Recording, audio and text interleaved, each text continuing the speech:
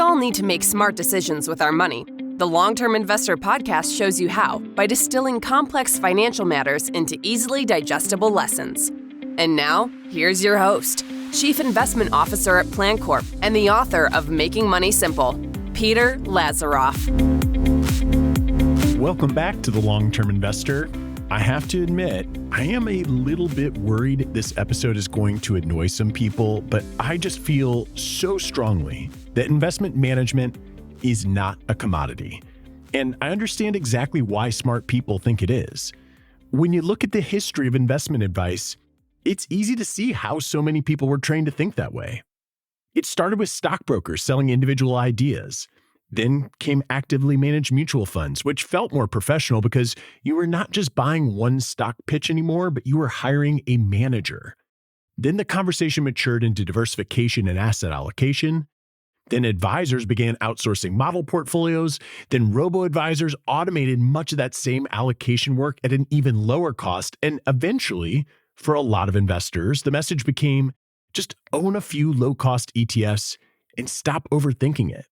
And to be fair, a lot of that evolution really was better for investors. Lower costs, broader diversification, and less dependence on expensive product sales. So let me be clear. I am not here to defend the old pitch that you should pay a professional because they're going to outsmart the market by picking the right mutual funds.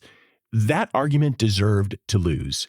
I'm here to say that basic market exposure has become cheap and standardized, but that does not mean investment management itself is a commodity. That's the key distinction in this episode. The commodity is the basic recipe. The value is in implementing a strategy that is customized and personalized to your specific needs. So if you are a do-it-yourself investor with real complexity in your financial life, there is a good chance you have underestimated what the job actually is. Now, I think some people think of a complexity in terms of asset levels, like I have to have some very high asset level to consider myself complex. I don't think that's true. I think complexity starts the moment you have more than one type of account.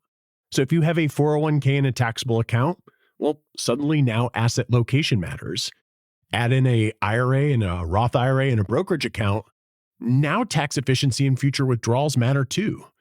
Then what if you have company stock or RSUs or stock options? Well, now portfolio construction has to account for the fact that your paycheck, future compensation, and investment exposure may all be tied to the same company. Or this applies to a lot of people. Maybe you have a low basis stock position or an old fund with a large embedded gain that you don't really want to own anymore, but you don't want to realize the taxes. Well, now you have a transition problem, not just an allocation problem. And if you're a business owner, you maybe have some pre-liquidity portfolio design questions and some tax planning opportunities because how you position the rest of your balance sheet before the sale. So yes, complexity often starts with multiple account types, but over time, it usually grows with success. More assets, more gains, more tax considerations, and more decisions that affect each other. And one reason that complexity gets underestimated, in my opinion, is that most investors don't have a clear way to measure whether the process they're using is actually working. And so in my experience, and I've talked about this before, many do-it-yourself investors, they know their balance better than their performance. They know when the number went up, whether it's in percentage terms or dollar terms, but that is not the same thing as knowing performance. And I want to be fair here because many do-it-yourself investors are doing a lot of the right things. They're saving consistently, they're keeping costs low, they're staying invested. The problem isn't that they're careless. The problem is that most of the tools people use are built to make investing feel simple and reassuring, not to give them the rigorous household level view of performance. So your account balance, sure, it tells you how much money you have, but that is not the same thing as understanding your time-weighted return. You're sometimes able to find your money-weighted return, also known as the internal rate of return, but the time-weighted return is a number you need to calculate to better gauge whether your investment process is working. Now, we could probably do an entire episode on time-weighted return, but I'm not sure that would even really matter because calculating it in a spreadsheet on your own is not really a realistic endeavor. So instead, I will just suggest that at a minimum, a serious investment process should have 5 things. You should be able to know how the strategy performed, how your actual dollars performed, what benchmarks matter, how the household is doing as a whole, and for many investors, what the after-tax experience looks like.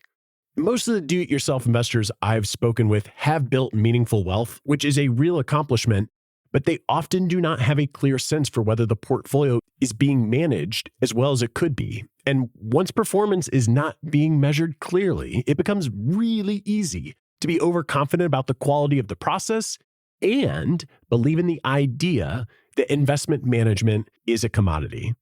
So what does non-commodity investment management actually include? Well, I think it comes in two layers: customization and personalization. Customization is the foundation. It means making the portfolio fit the household you actually have, not the average investor in a model. And at a basic level, serious investment management customizes a portfolio in a few ways.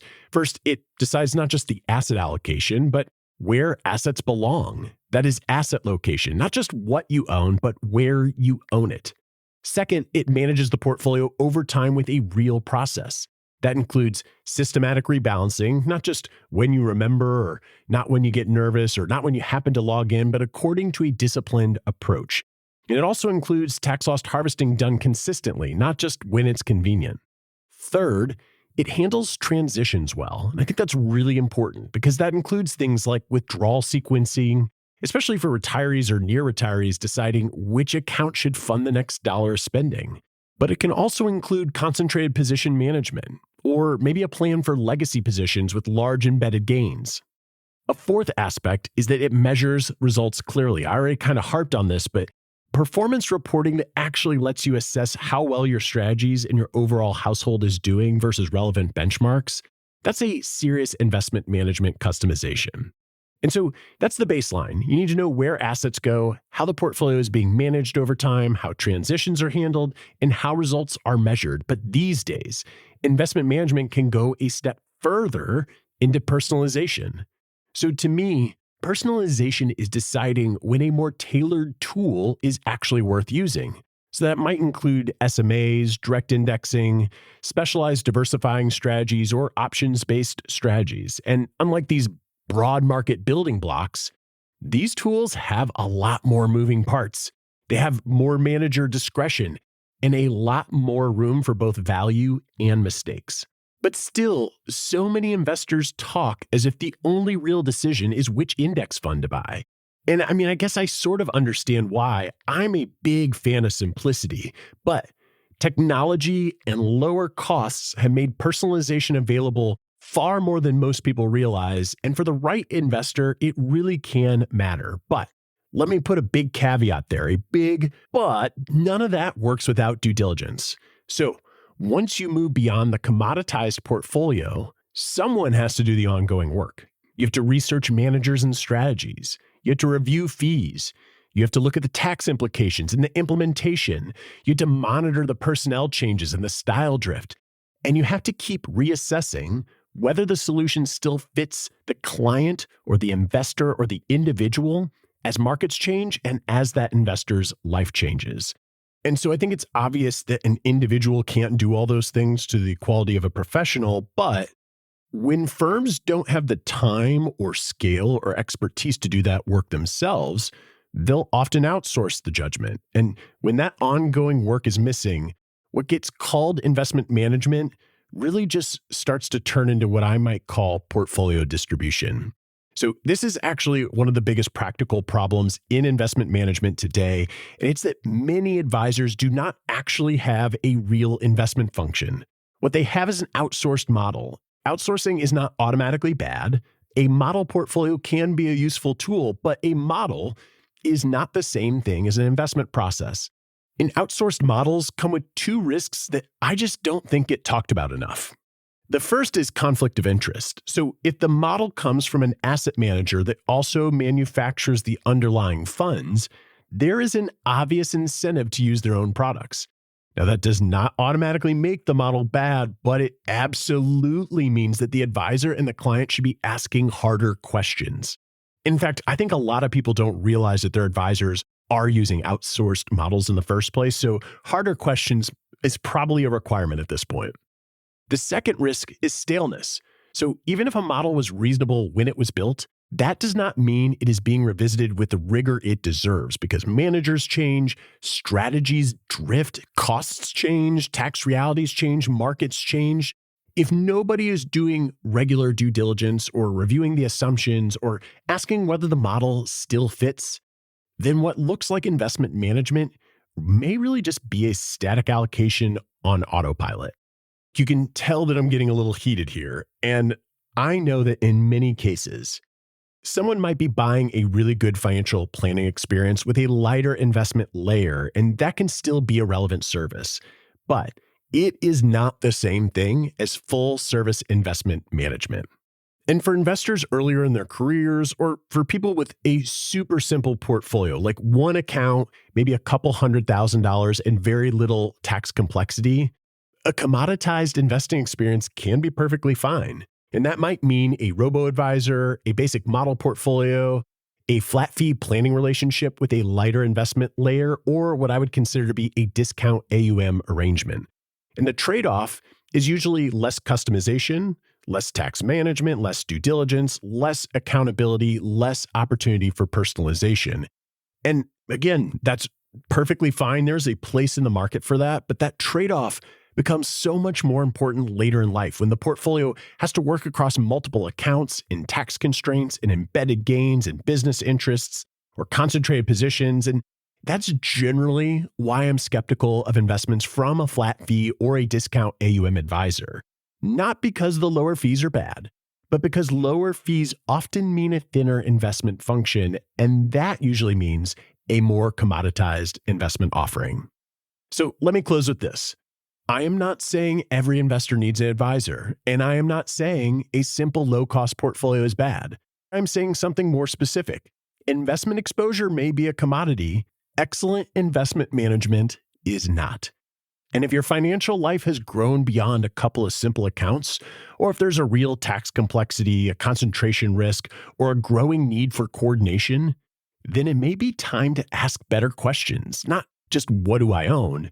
Better questions are who are making the decisions and what does that process look like? How are performance and taxes being measured? How is the portfolio managed over time, and who is accountable for all of it? If this resonates, take those questions to your advisor, and if you don't have someone who can answer them clearly, it may be time to get a second opinion, because the biggest risk probably isn't doing something obviously wrong. It's more likely doing something that's okay for a long time so that you never stop to ask whether okay is actually good enough.